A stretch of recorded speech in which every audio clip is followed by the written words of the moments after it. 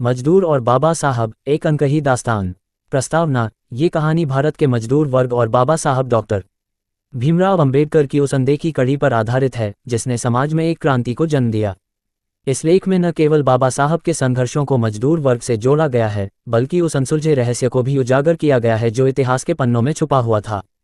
भाग 1। शुरुआत का संघर्ष। सन 1920 के दशक में भारत का मजदूर वर्ग अत्याचार और शोषण का शिकार था। फैक्ट्रियों में काम करने वाले मजदूरों की स्थिति गुलामी से भी बदतर थी। दूसरी ओर बाबा साहब अपनी पढ़ाई पूरी कर भारत लौटे थे। उन्होंने मजदूरों और निचले तबके की स्थिति को देखा और उनकी हालत सुधारने का बीड़ा उठाया। कहानी के इस हिस्से में मजदूरों और बाबा साहब के बीच एक अज्ञात संबंध का संकेत मिलता है। क्या ये संभव था कि बाबा साहब का कोई करीबी व्यक्ति मजदूर आंदोलन का नेतृत्व कर रहा हो? भाग 2। बाबा साहब का अज्ञात अध्याय। बाबा साहब ने अपने जीवन में मजदूरों के अधिकारों की लड़ाई के लिए कई आंदोलन किए, लेकिन इतिहास